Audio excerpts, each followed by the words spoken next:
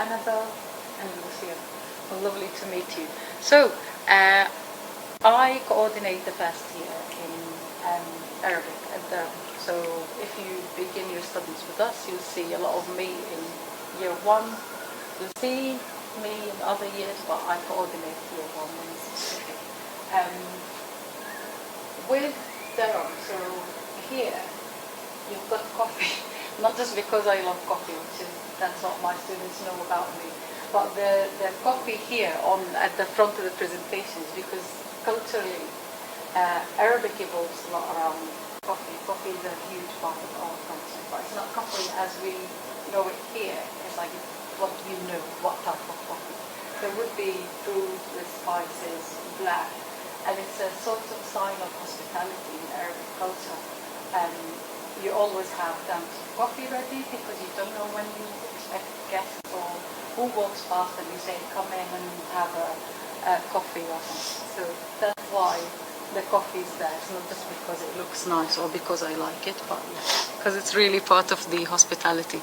So you both mentioned you were just interested about Arabic. You have a little bit of exposure. You don't really need to know any Arabic to start with us. Things you might know or not know about Arabic is that it's a Semitic language, and that's what makes it really interesting. So you start learning this Semitic language, like Arabic, you learn something completely new. So it's a whole new system of sounds, of writing, of letters, and so on. We begin writing from right to left, letters join, as you will see shortly. So really it goes against all conventional things that you know. So when you learn Arabic, you really start learning something new. Is that true? That is absolutely true. At first it can look very, very scary, but I guarantee within 3 weeks, which is about the amount of time we spent in first year on the alphabet, yes, you'll be able to have reconfigured your hand to writing right to left, and you'll be able to make sense of what at first looks like scribbles. I can tell you it's a very good feeling once you can do that, and you soon begin to realise that it's incredibly beautiful to write.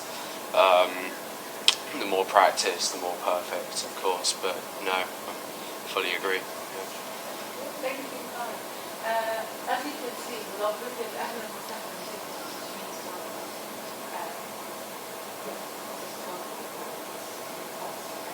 very rich, and most European languages, about 600,000 words.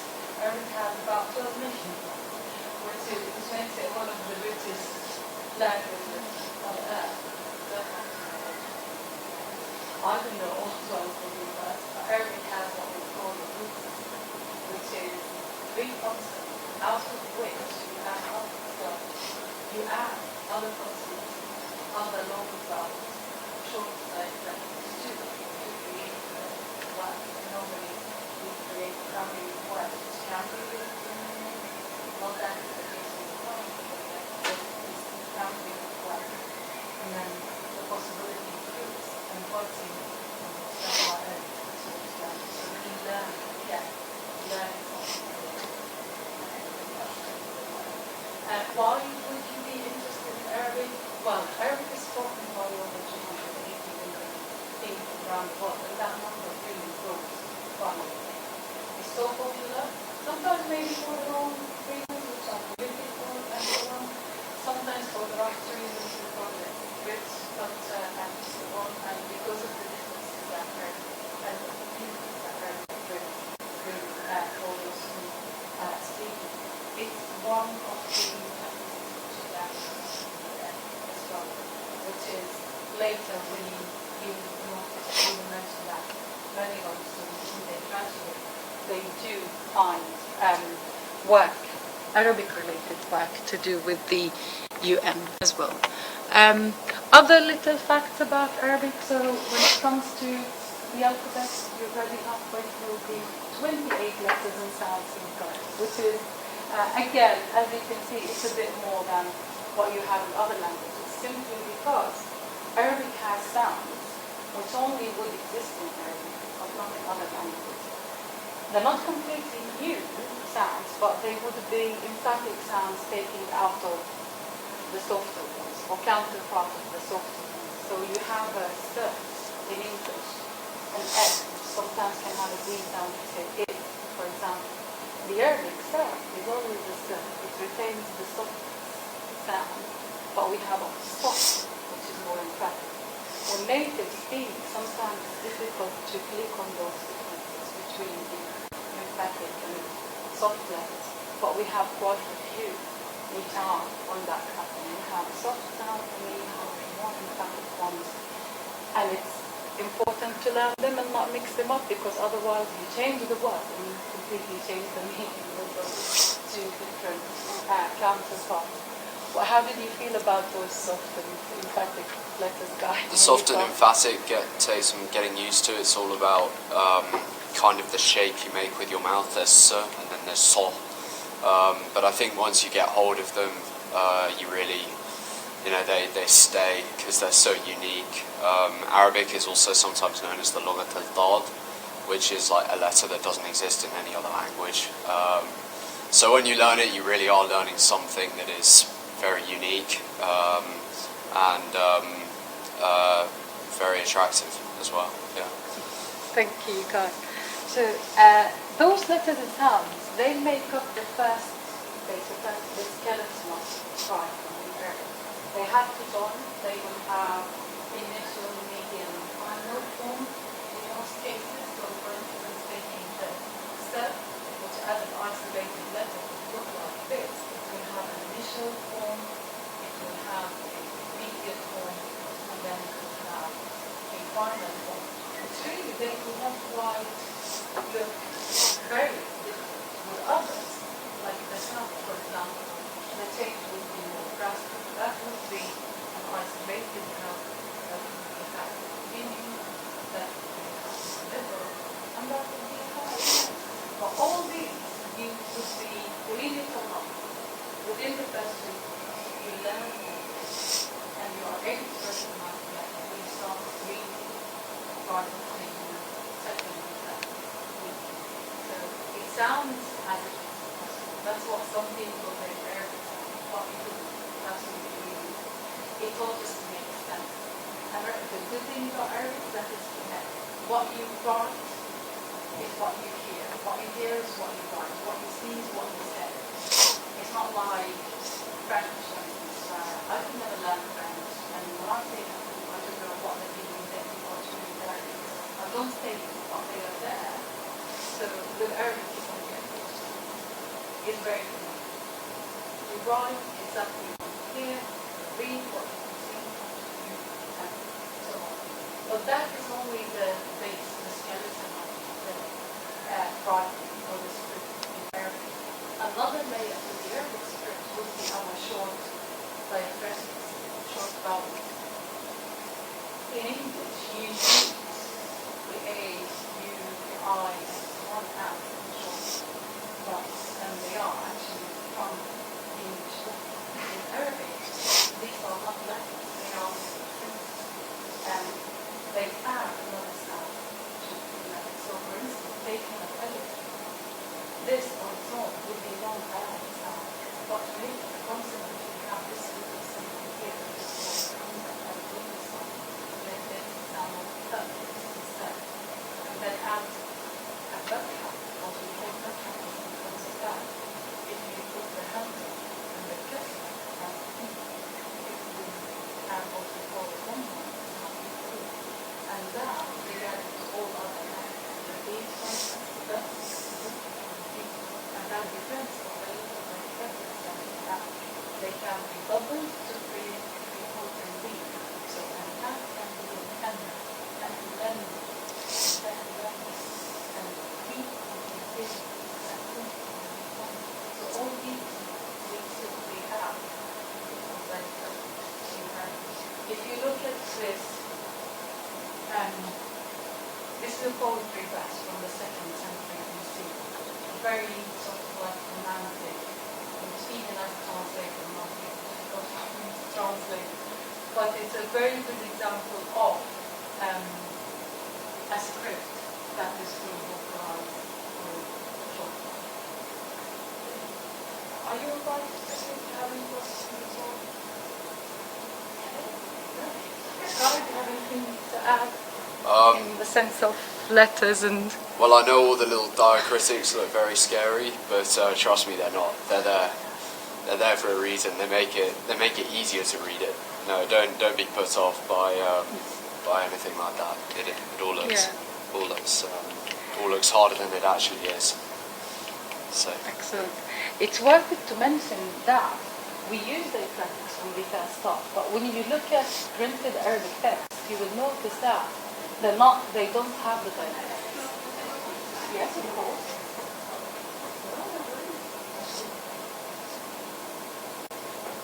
So diacritics is not really distinctive, but you might ask yourself, how can I read them? And believe it or not, you have to read them correctly. You just know how to sound, and you read even after the first 3-4 weeks of learning the learning to read them, you know how to sound.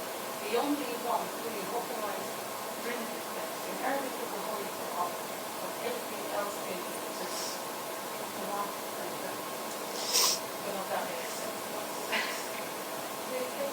Good. So, what will you learn with us? Of course, here with Durham, our courses start at 4 years. Arabic language 1 theme, Arabic language 2 theme, and then you have road, and then finally you have Arabic language 4. In those 4 years, what we do really is, by the end of your studies, you are really equipped with a great understanding of how Arabic works as a language. You have language vocabulary, so you use Arabic within your immediate surroundings, to talk yourself, to talk your family, and to use academic environment, to use it in work environment. So you really graduate the process that you make between year 1 to year 4 is absolutely huge. In a bit, I would tell you about the jump from year 1 to year 2 and the progress that we really can make in such a time. Our primary focus, as you can see, is on modern standard Arabic. One modern standard Arabic is modern standard Arabic is used everywhere, and it's the official language of the news, reports, media, books, reading, writing, and so on. We have started last academic year with an integrated approach where we introduced students to a little bit of what we call our media software. But no county Arabic teachers have different languages. Even when the countries have different languages or regions, it would be difficult to really teach you a certain dialect. But we look at the Egyptian dialect as well as the Levantine dialect because they can be used, but they are understood by most Arabs everywhere. Arab people, natives, are able to understand each other absolutely fine. The dialects are not very good. So that is one thing that students sometimes are confused about, whether that's in Saudi Arabia or just in Palestine or in Lebanon. Of course, yes. But why Egyptian and Levantine? Because they cover more geographical areas. With Egyptian, it probably not the geographical area of it, but Egyptian started with, in Egypt is where cinema started in the Arab region, or the entertainment, the children's the music really started with Egyptian TV, and that was broadcasted all around the Arab world. So everyone around the Arab world played Egyptian. And with the Levantine, that is are we okay with that? Good. Guys, with relation to what we learned so far down in year 2. Yes. So I just thought I'd add, when it comes to Arabic at university, or languages at university in general, ab initio, those of you, I'm guessing you're all linguists of some kind here, Yeah. Obviously at GCSE you start off with words like pen, pencil sharpener, I have a cat. In Arabic, one of the first words we learned was Al-Umam al-Mutahida, which means the United Nations. So from the start, it's really interesting, like very applicable vocabulary that you can, you can make quite impressive sentences with, and things like that. Is very much from the get-go a serious approach to it, and that's really rewarding. The other thing I would say is when it comes to the dialects, which are the spoken language, you have the chance to really cement that on your year abroad, which you do in the third year, and you have a wide range of places that you can go to, but I expect there'll be more on that later, will there? Yeah. Yeah. Yes. Unfortunately, all this depends on the politics and the political situations in around the Arab world. We'll talk about the year abroad in a bit as well. So, to talk you through our programs year by year. So first year modules, of course, I don't know if you know that already, but Arabic is a double module. So it's a very intensive module. It does need a lot of work. I'm not going to pretend like it's a breeze. You have to put on a lot of hours, you have to put on a lot of efforts. It's a double module, which means you have you have 5 contact hours of Arabic. 6 contact hours of Arabic, which is 5 seminars and 1 tutorial. So you actually have 1 Arabic seminar every day, and then in 1 day you have a smaller session, which is a tutorial. That makes 6 contact hours of Arabic in 1 day every day.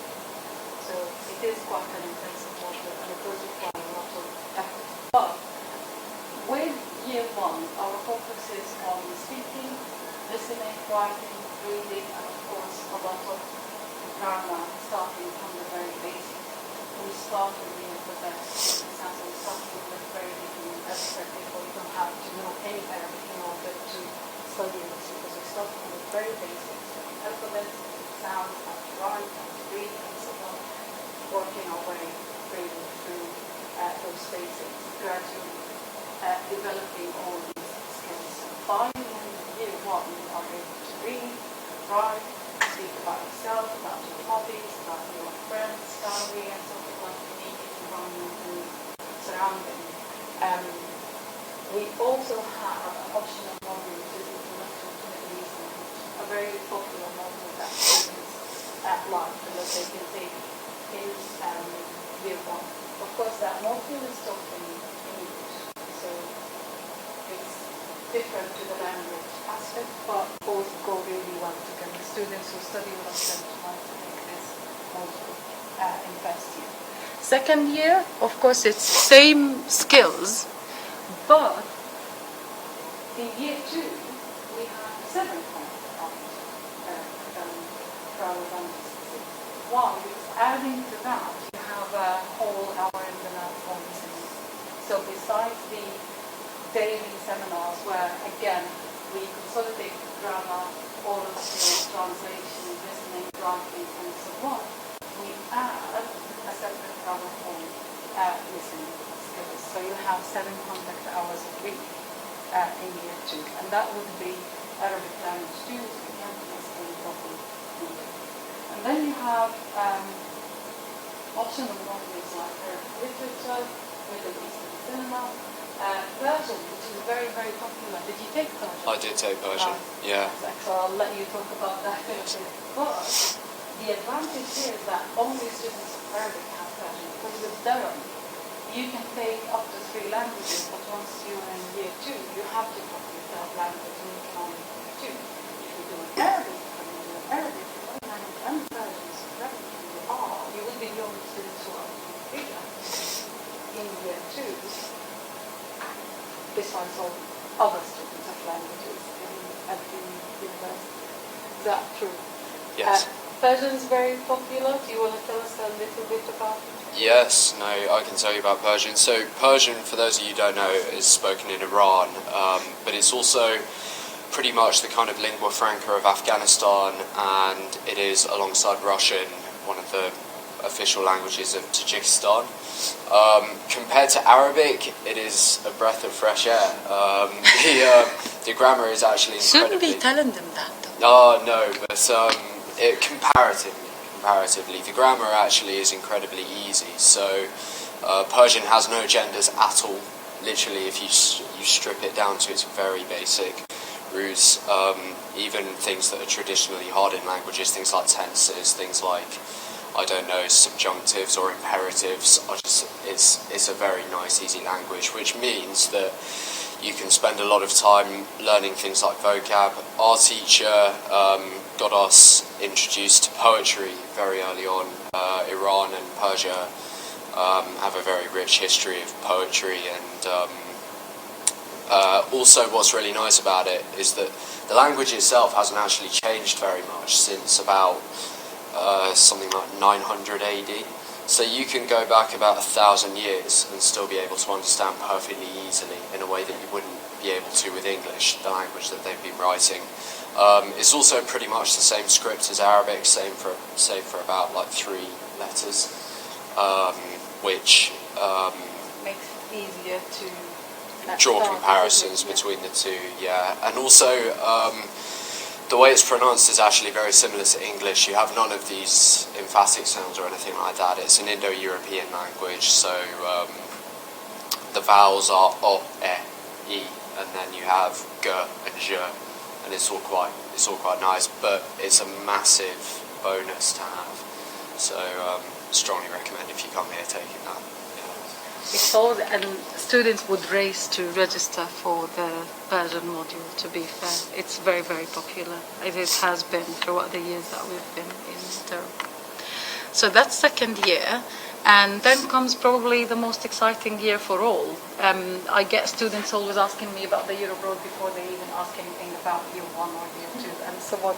So the year abroad is, of course, the year when you get to spend a minimum of 4 months in an Arab country of your choice. Well, not completely of your choice, the choice we give you there, which doesn't seem as much now, but we have learning institutions in all these countries, different institutions. So students get to go in different regions within these countries, and they all come with different experiences and so on, and they absolutely love it. So what we have often for that, it's worth mentioning that some universities in the UK, probably the majority of them, would send students on a year abroad in year 2 rather than year 3.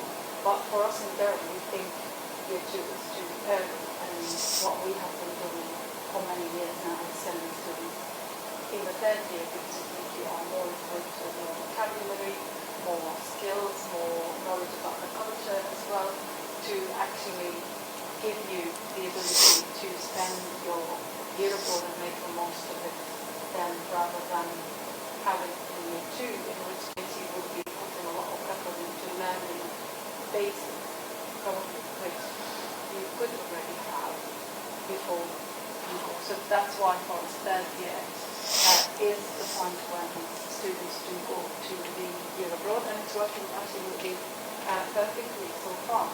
So we've got Jordan, Morocco, and we've got Egypt open at the moment. We had Lebanon a couple of years ago, but unfortunately, because of the political situation, it's still not deemed by the Home Office as a place to work. Some are students too. So it could be, I know the situation there is better, so hopefully it can, we review open places every single year, so that by the time you get to that point, we might have more countries on offer. Just as an example of that, Egypt wasn't available when I first arrived, and now it is available, and I'm going there next year. So things do change. Yeah, they do change, exactly. So what do you do in your yearbook? So you are required to spend, if you're doing 2 languages, for instance, then you're required to spend a minimum of 4 months in each country, say in France and in Jordan, for example. If you are only doing one single language, which is only Arabic, then you can spend some 6 months, a minimum of 6 months, and probably more if you can. So you will get to study in a language institution of your choice, where you concentrate your linguistic skills probably from what you have learned in Durham, jumping that further, you get to experience the culture, you get to learn the dialect and be exposed to the dialect of that region as well. You get to travel around. There are opportunities for work placements, volunteering as well. And a lot of these opportunities sometimes are organized by students themselves. So you'd be surprised how much students are better than us even in doing these things. Because I would hear from my students all the time saying, oh, I've done this and I've done that, and I've volunteered in this school, and I've volunteered in this NGO, for instance, and I've worked with refugees, I've worked with orphan kids. They always find something that interests them. And that would be something we recommend that you do as well. Is when you're there, immerse yourself in the culture. Find a work placement, even if it's voluntary and unpaid, but the reward of that will be much greater than a financial one. You being able to interact with locals and to learn about the culture.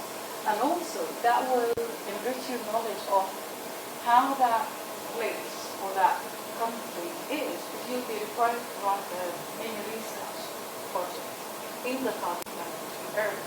So when you experience the culture, you will start finding topics that interest you about that country or about that culture that you then decide to write on, and that will be pretty much informed by your own experience as well. So it will be an academic piece of writing, but very much influenced and inspired by your experience in the year abroad. And that is year abroad in Durham. Do you have any questions about that at all before we close? So to attend a study course and then in addition Yes. Like 8 hours a day. The studying for me next year is going to be, for the first 10 weeks, 4 hours a day in the morning, all in the morning. Sorry, that's my hate. And then in the second 2 weeks it's 2 hours a day. So you really you get given a lot of teaching to start with to get you straight in there, and then think of it like swimming. Once you're able to stay afloat in the deep end, you explore the rest of the pool. Yeah. So you do some studies, but a lot of students travel around as well, and they do their work placements. The university only provides a certain opportunities for work placements. Normally it's quite competitive for you to get into these placements. But as I said before, a lot of students do voluntary work as well. And I think the good thing about voluntary work is you do it in your own time, so you're more flexible in that sense. But as we said, it enriches your experience of the year abroad as a whole. It's not that you have to do it, but if you can, and a lot of students do, it would be a huge bonus. Anything else about the year abroad?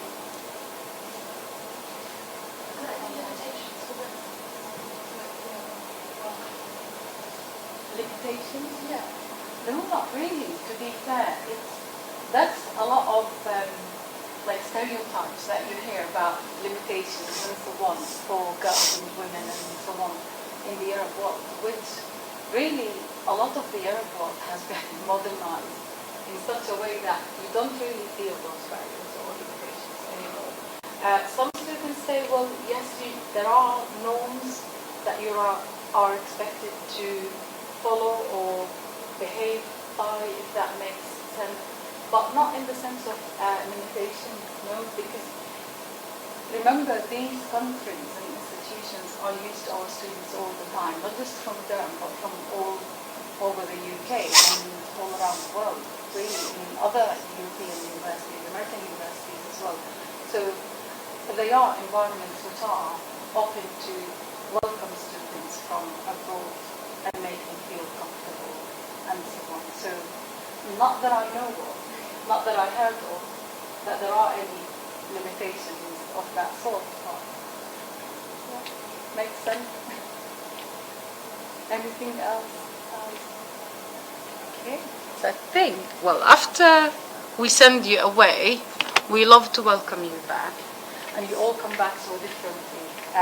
Once you're back from the year abroad, most of you are twice as tall as me, and I look at my students and they come back and I always look at them like that. They look so different, they sound so different, but most importantly, their Arabic is amazing when they come back and they've had a really nice time. And then, once we are with year 4 modules, we take everything we've done in the past 3 years and we just enhance that and we work with that. So we work on a higher level text. You already have the basics, you already have the vocabulary, you already have the complex grammatical structure. And then you get to work on a higher level with the language. So for Arabic language 4B, that would be the core language module, you will have your classes separate. So you have an oral class, you will have classes specifically for writing, a class specifically for listening, translation into both directions. So you have a session where you translate variety of texts from English into Arabic and the other way around. For translation, you'll see me for translation into Arabic because that's my specialty. So I'll be teaching you then.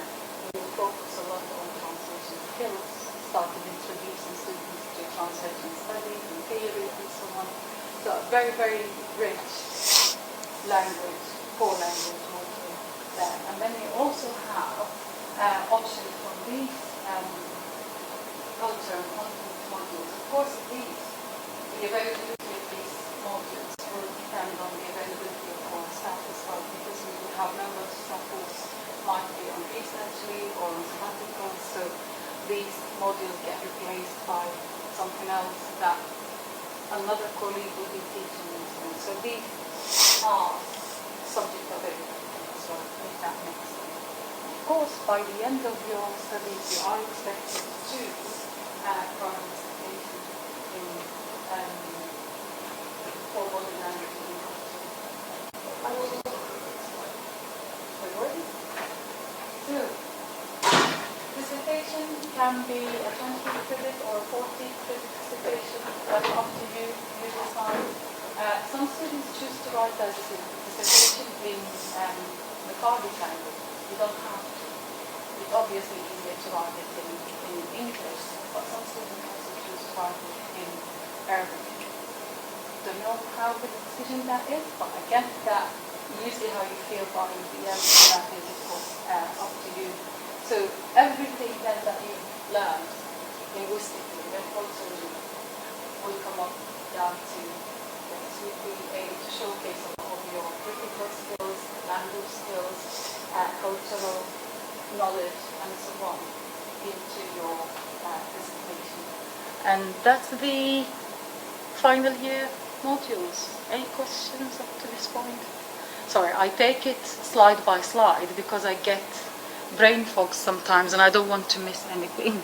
So, do you have any questions? Yes, go on, please. Dissertation, because I'm going to study Spanish and Arabic. Does that mean I would have to want Spanish and non-Arabic? No. Would that be the case? No, I don't think so. Yeah. I think you choose one language, yes. Yeah. I don't think you are required to do two dissertations, that's too much. I think you also might be able to go across, if that makes sense. Like Yeah. there's like, if you find a cross-cultural point, obviously Spanish has a lot of history. You could do it on that to mix the two if you wanted. I know people who have suggested they're going to do that. Just out of interest, what languages are you guys studying? So you're doing Spanish, That's a good combination. German, French. You're doing Russian? I do Russian as well. It's a very good combination. Yes.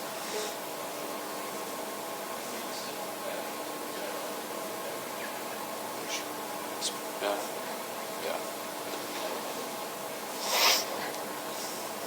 Good. Well, we'll chat to you in a bit. You've missed most of the presentation, but if you have any questions, I'll be able to answer your questions.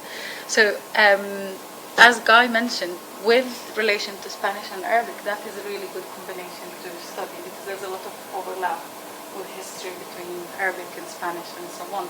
So that, and there is a slight overlap with words, isn't it? There are a few words in Spanish that exist almost exactly the same in Arabic. So normally students go, well, yay, finally there's something to relate Arabic to, because in many cases you really can't. German and Russian, the morphology would help there. There are a lot of sounds, or sort of like fluffy sounds, if that makes sense, that you have to produce in German and in Russian, which you will have to produce in Arabic as well. So that is a good thing for the speaking, for all of the skills. Also, I'd say grammatically, Russian and German share some features of Arabic grammar, not all. Sometimes I think Russian grammar is actually a lot harder than Arabic grammar, so that's if that It's not comforts you. impossible. Yeah. No, and German grammar, to be fair, is also quite difficult. I did it to GCSE. I'm not doing it A level, but I think if you've got exposure with the grammar systems of those two. But to be fair, most of the people in my class do Spanish, so and they've all found it fine. So any language